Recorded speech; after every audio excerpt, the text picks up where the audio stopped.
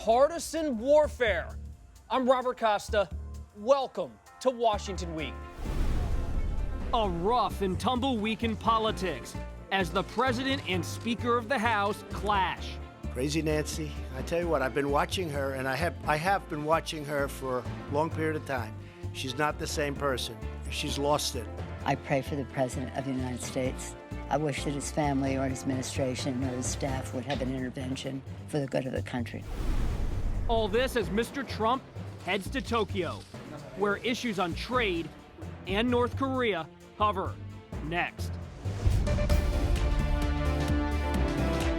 This is Washington Week. Once again, from Washington, moderator Robert Costa. President Trump issued an ultimatum to Democrats this week: end congressional investigations or forget about any deals between now and the 2020 election. The president delivered that blunt message to Speaker Pelosi during a brief White House meeting on Wednesday. Earlier, the speaker had accused the president of being, quote, engaged in a cover-up amid tensions over documents and witnesses related to the Russia investigation. She did not appreciate the president's walkout, which stalled talks over infrastructure. And the White House has a bag of tricks that they save for certain occasions. They don't necessarily apply to the occasion, but they're a distraction, which is his master of distraction. We will all agree on that. The relationship continued to fray as both the speaker and the president made cutting remarks, like this one about the speaker's knowledge of the latest trade agreement. You know, she's a mess. Look, let's face it, she doesn't understand it. And they sort of feel she's disintegrating before the rush. She does not understand it. They want to have her understand it before it's finished. Joining me tonight, Nancy Cordes, chief congressional correspondent for CBS News, Molly Ball, national political correspondent for Time Magazine, and Tolu Olorunnipa, White House correspondent for The Washington Post. Nancy, you've been on Capitol Hill this week. What prompted this escalation? Well, the president says what prompted it was that word cover-up. This is a loaded term in Washington, has connotations of Watergate. And Nancy Pelosi uttering that just an hour before she met with the president. He said when he made that impromptu appearance in the Rose Garden that really made him angry and that he wasn't going to deal with her if she was going to use that kind of language. According to Pelosi and many Democrats, the real reason that he walked out is because he doesn't have the goods on infrastructure. And they believe that he's looking for a way out because they were supposed to sit down in that meeting and talk about ways to pay for this $2 trillion infrastructure package. And they know that the White House is going to have a very difficult time selling a spending package of that magnitude to the president's own party. So what's the power dynamic, Molly, between the speaker and the president? Well, it appears that the speaker has the upper hand, and that's very frustrating to the president. I don't know that that's a new dynamic. I think she's demonstrated her ability to confront the president, at least since she prevailed in the shutdown fight back in January. But it certainly marks an escalation. It certainly marks an escalation of rhetoric, particularly on the president's part. He has handled her a little more delicately in the past, which has surprised some people who are accustomed to his confrontational style. But as Nancy said, he felt like he'd had enough, whether it was because he hadn't done his homework or because he heard a word he didn't like and flew off the handle. And the Democrats described this as a temper tantrum, but also as a pre-planned stunt. They pointed out that he already had this sign printed out to put on that lectern in the Rose Garden that had statistics about the cost of the Mueller investigation and how long it had gone on and other numbers. So he clearly was planning to make a statement that wasn't about infrastructure, but was about his displeasure over the Democrats' continuing oversight of him. And it's clear that Speaker Pelosi is living sort of rent-free in President Trump's head. You look at some of the comments she's made talking about how I pray for the president, I'm concerned about his well-being. Earlier this year, she said that impeachment is not worth it. President Trump is not worth impeaching. So sort of these condescending comments seem to really get under the president's skin. The fact that she's a woman in power seems to be something he hasn't had to deal with before. And it's if you see how he's lashed out when he's supposed to be talking about infrastructure or supposed to be talking about a farm aid package. Did he lash out, though, Tolu? The word from the White House seems to be calm. Well, lash out sort of rhetorically. He was not angry or yelling, but He was supposed to be talking about infrastructure on that day on Wednesday. The next day he was supposed to be talking about a farm aid package, and he spent the better part of half an hour talking about how calm he was the day before and talking about how Speaker Pelosi was a mess. So he's being rattled and he's being knocked off his message, even if he doesn't have to raise his voice. It's clear that she is in his head, and he's having trouble figuring out how to deal with a powerful woman who has the levers of power in the House and is using it to pursue all of these investigations against him, which is another thing that's getting under his skin. The Speaker is calling for an intervention. What led her there to couch these things in those terms? Well, I think it serves her purposes to, make the case slowly that he's unbalanced, that he doesn't actually respect the office of the presidency. In an interview earlier this week, she said point blank that she believes that she respects the office of the presidency more than he does. I mean, Democrats have been making this case for quite some time that they don't think that he really gets it and gets the presidency, and so that's in her interest. But beyond that, the president he acted as if this was some great power play that he made by walking out of that meeting and saying that he wasn't going to work with Democrats. But then the very next day, the two sides finally signed off on a disaster aid package worth $19 billion. We saw this a few months ago when he walked out on another meeting with Nancy Pelosi and Chuck Schumer saying he wasn't going to meet with them. And then guess what? Criminal justice reform got done, and that took two sides. So the idea that actually he's going to walk away and there is not going to be any bipartisan conversation anymore just hasn't played out. And even within 24 hours of him saying he wasn't going to work with the Democrats, he did. The Speaker is throwing some punches rhetorically at the president. She's still trying to hold her caucus together on the impeachment question. Where does that stand inside of Democratic ranks?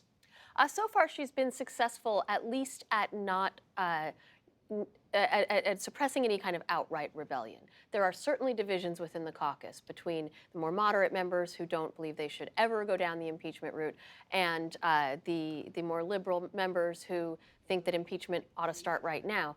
But what they haven't been doing is publicly criticizing the Speaker's strategy. They've been voicing different opinions, but they haven't said that they think she's wrong. They haven't tried to get something started on their own. So far, they are falling in line behind her strategy, which is not necessarily to not do impeachment, but it's to not do impeachment yet. It's to pursue this process of going through the courts, trying every possible avenue to get witnesses and documents and information from the White House before they then potentially go to that next step. On that point, is she able to keep them in line in part because the Democrats keep winning in federal court to get documents from places like Deutsche Bank and Capital One about the president's finances? Absolutely. If it reaches a point where all of the other avenues have been frustrated and they're still not getting that information, that's when I think you'd have a much more vocal, potentially majority of the caucus saying, well, now impeachment is our only way to hold the president accountable. But so far, I mean, anyone who's covered Nancy Pelosi knows that she's very, very good at keeping her caucus together.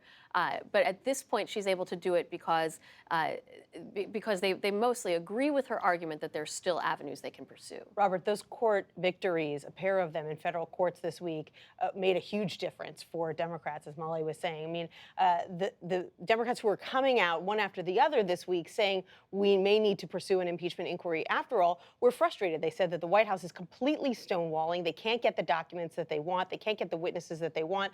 This is the only way to do it. But once they started winning in federal court and judges were saying that Deutsche Bank and Capital One need to turn over the president's financial records, they said, oh, wait a minute, that didn't take that long. They were worried it would take years to get a judge to rule. And B, he ruled in their favor. And so that made Democrats more confident that they actually have the legal standing to do this and that they will win victories like this in the future without resorting to an impeachment inquiry, which opens up a whole can of worms politically, obviously, that Nancy Pelosi would rather not open now if she doesn't have to. So there's all this debate over impeachment on the Democratic side, but I want to come back to the infrastructure point. The talks just fell apart this week, as you mentioned. Is that because, Toulouse, Republicans at the end of the day in Congress don't want to raise taxes, and taxes would have to be part of any deal? Yeah, so infrastructure has always been a difficult issue in Congress because no one wants to raise the gas tax, no one wants to raise taxes to pay for the billions and billions of dollars that need to be funded. President Trump came out and said, I'm for $2 trillion in infrastructure, but he didn't say anything about how to pay for it. And once the rubber hits the road on figuring out whether or not he's going to raise taxes, that seems to be where the idea of a deal fell apart. It seemed like President Trump was not in favor of raising taxes, but he wants to have a big infrastructure package that he can put his name on, and not having a way out, he decided to walk away. And back to the disaster relief bill, Right. $19 billion for disaster relief. Right. What greased the skids for that? Well, Democrats have been pushing for money for Puerto Rico for quite some time. This bill was actually 5 months overdue. And, you know, there was something for everyone. There was Western wildfires, Southeast hurricane relief. And so this was something that everyone acknowledged was necessary, but there were a couple of things holding it up. Number one, that Democratic demand for more money for Puerto Rico than the president wanted. And the president's insistence for quite a while that it also include humanitarian aid at the border and a way to deal with overcrowding. At the end of the day, he backed off on that requirement. He said he would put it in another package, and that sort of opened the door to bipartisan agreement. And it was almost over the finish line. The Senate passed it almost universally, but the House had already left town, which meant that the House, every single member of the House would have had to agree in order for it to go through. One Republican from Texas had a problem with it. He said that it's too much money. It wasn't offset by anything. Still expected to pass. It is going to pass, yes. If it doesn't pass next week during congressional recess, then it will pass when they get back in 10 days. One last thing on this. Molly, I was going back through some of your older articles for Time, and you wrote earlier in the year that, quote, America's new political reality is a non-functioning federal government whose leaders, each insisting the stakes are too high to budge, have retreated to their corners. So an escalation this week in all of the fighting between the White House and Congress. But has this moment changed that much since back in the days of the shutdown earlier this year? Well, if anything, it's improved since the federal government is now up and running again. But what we have to look forward to, as we have it so many times in the past several years, are a series of high-stakes congressional deadlines that require bipartisan agreement in order to meet and not cause disaster. And that's going to be a real challenge. It's a challenge for Speaker Pelosi. It's a challenge for the president and the Senate and the whole Congress. But they've got appropriations bills to pass, or at least some kind of continuing resolution that will have to be done as a stopgap. They've got to raise the debt ceiling. They've got to raise the spending caps. So there's a lot that has to be done. And given this state of partisan warfare, it's going to be very difficult for them to get there. And Bob Mueller hasn't even testified yet. House Judiciary Committee Chairman Jerry Nadler, the New York Democrat, announced this week that the special counsel, Bob Mueller, would prefer to testify in private and then allow that transcript to be released. Still, a new CBS News poll shows that 58% of Americans say they have heard enough about the Mueller probe, while 37% want to hear more. We're hearing from the White House that now the president's complaining on Friday en route to Japan that he may not want Bob Mueller to testify. Is the White House actually going to try to block that? They haven't actually taken the steps publicly to do or privately to do that, but publicly the president is making the case that, Democrats are really just trying to do a do-over of the long Mueller investigation, which took 2 years and $30 million and resulted in a 400-page report. The president's trying to block any efforts by Democrats to revisit some of the information that was pretty damaging about his administration, and the idea of Bob Mueller, who would be a star witness for the Democrats, who would be a highly rated television spectacle if he were to appear before the cameras. The president watches those ratings very closely. The president does not want to see that happen again. Who decides whether we see it or not? Is it Bob Mueller with his demand, or is it Congress? I mean, witnesses don't usually get to dictate the format in which they testify, but he's obviously got a lot of leverage in this situation. Of course, as Tolu was pointing out, Democrats absolutely want him testifying in public, talking as much as possible about how difficult it was for him to decide whether to recommend charges of obstruction of justice against the president, going through all of the evidence that he laid out. Democrats want the public to be able to see that. They think that that is very powerful, especially coming from someone who is seen as this sort of independent arbiter, someone like Robert Mueller, one of the few genuine nonpartisan actors in this town, at least according to most people. But is it that powerful, Molly, if the CBS News poll at least shows that some Americans are moving on? Americans are moving on, but they also do not believe the president's argument that he's been exonerated. You know, in terms of the politics of this, the president continues to falsely state that no collusion, no obstruction, that was the conclusion of the report when no such conclusion was drawn. He continues to insist that he was exonerated by the report when the report very pointedly pointed out he was not exonerated. And the public, pretty robust majorities of the public, have seen that and do not believe that the report cleared the president. So it is true that this has never been the public's most important issue. And the Democrats are anxious about the appearance that they are disregarding bread and butter kitchen table concerns in favor of this, what the president considers a persecution. However, when it comes to the substance of the charges against the president, of the argument against the president, the public does not support the president's view, and the Democrats are on pretty safe political ground, I think. The president's launching a counteroffensive to the possible Mueller testimony, granting Attorney General Bill Barr sweeping new powers to declassify documents related to the start of the Russia investigation. What started this whole movement to get the Attorney General to have these powers? Was it congressional Republicans who've been scrutinizing these events for months? Well, the president talked a little bit about this earlier today. He said that people have been calling on him for much of the last year to declassify documents related to the origins of the Mueller investigation. He does have now an attorney general who's shown himself willing to sort of pull out all the stops to defend the president publicly and back up the president's assertions that there was some sort of improper spying on his campaign in 2016. And now this attorney general will have unfettered power to go through the intelligence community and declassify documents to back that up. Is that intelligence community worried about methods or sources being exposed? They are. In fact, the Director of National Intelligence, Dan Coates, voiced some of that concern and said, hey, be careful about what you declassify.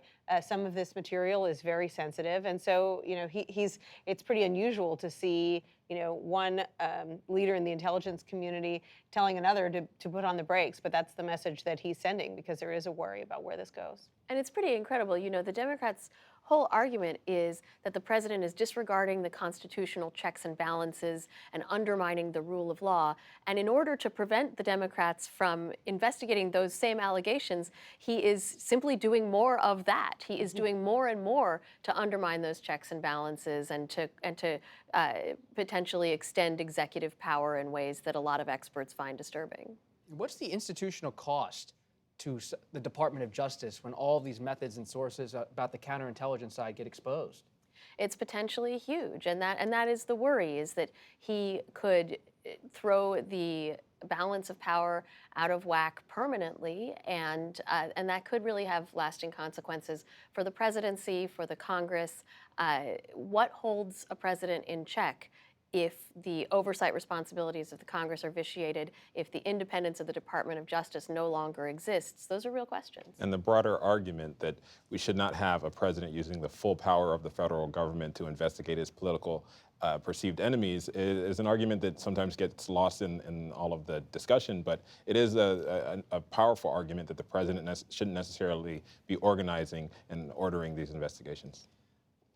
Turning our eyes abroad, the president is traveling to Tokyo, where he will be the first foreign leader to meet Japan's new emperor.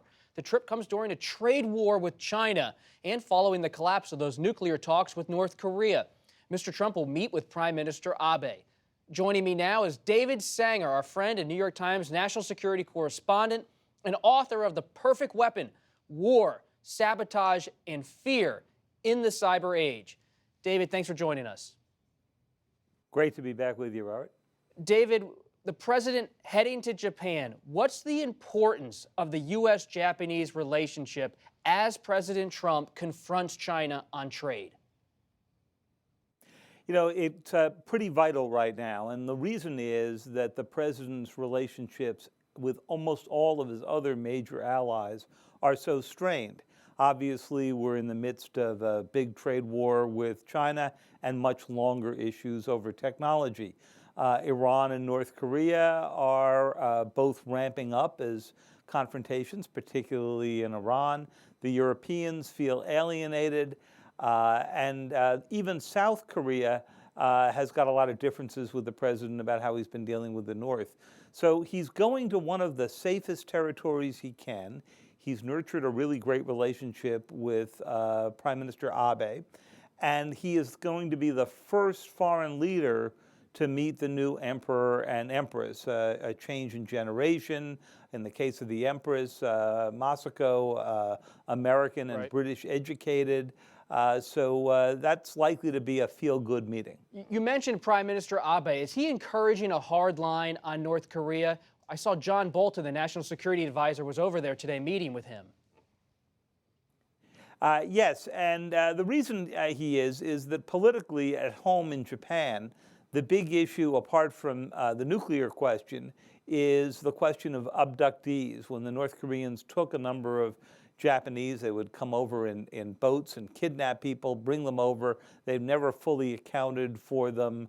The Japanese are demanding their return. Many of these are people who've lived in North Korea now for 10, 20, 30 years. That is an issue on which Prime Minister Abe has had to hold extraordinarily tough. And he has sort of been urging the president to be much tougher on the North Koreans as well. And I'm sure you'll hear a bit of that, although, as you know, President Trump blows hot and cold about whether or not Kim Jong-un is a great dictator or his great friend. The U.S. recently delayed the auto tariffs on Japan. We talk so much about trade in China. Should we expect a trade deal between the U.S. and Japan? Well, certainly the president wants one, and I think the Japanese would like to get there as well. It's not as high stakes as it was 25 years ago when I lived in Japan, and you'd see American presidents show up every 6 months with a different kind of trade deal on autos or access of Americans to the market. Obviously, China has eclipsed Japan as the second largest economy. Nonetheless, I think it's highly likely that you will see one. The question is whether you'll only see it after a deal is reached with China. But David, is a deal with China? David, is a deal with China going to be reached anytime soon? We saw this week Chinese telecommunications companies being blacklisted by President Trump. Has that rattled Beijing? It certainly has, and the action you saw was against Huawei, which is, of course, the state champion for telecommunications equipment. And what the United States has done is two things. It's banned Huawei from building the new 5th generation or 5G networks here, which are designed not only to speed up your cell phone, but also to allow machine-to-machine communication over cell. But the other thing they did was cut them off from American technology. And I think there's a very good chance that this may not only poison the well some, but force the Chinese to speed up their own plans to go produce their own chips, their own material, their own software, independent of the United States. And certainly raises the question of whether the president sort of helping push the world, as the Chinese have been, into an authoritarian internet run by China and a free internet run by the West. And what has this blacklisting meant for the Chinese economy to have Huawei being affected in this manner? It hasn't meant much yet. There's a 90-day stay on this to allow companies to sort of sort their way through. But the main thing to remember is that Huawei is the world's second largest producer of cell phones. They've eclipsed Apple. And this week they learned that they won't be able to load Google Maps and Google Search and all that on Huawei phones that are sold around the world because it would be a violation of the president's order. So Google's begun to pull back from them, as have others. The question is that just a temporary blip for them, or is it a permanent and truly hurtful one? Well, we know this is all a preview of that G20 meeting next month, and this is quite an exchange between Abe and President Trump right now to give us a preview of what's going to happen then. David Sanger, thanks so much for joining us tonight. I appreciate it. Great to be with you. And before we go, let's pause to remember a longtime Washington Week panelist, Georgianne Geyer. She began her reporting career in Chicago and later became a foreign correspondent. She authored 10 books and was a regular guest on this program for many years. Geyer died earlier this month at her home in Washington. She was 84. And thanks, everybody, for being here tonight. Much appreciated. The Washington Week Extra is coming up next. Watch it on our website, Facebook, or YouTube. I'm Robert Costa. Good night.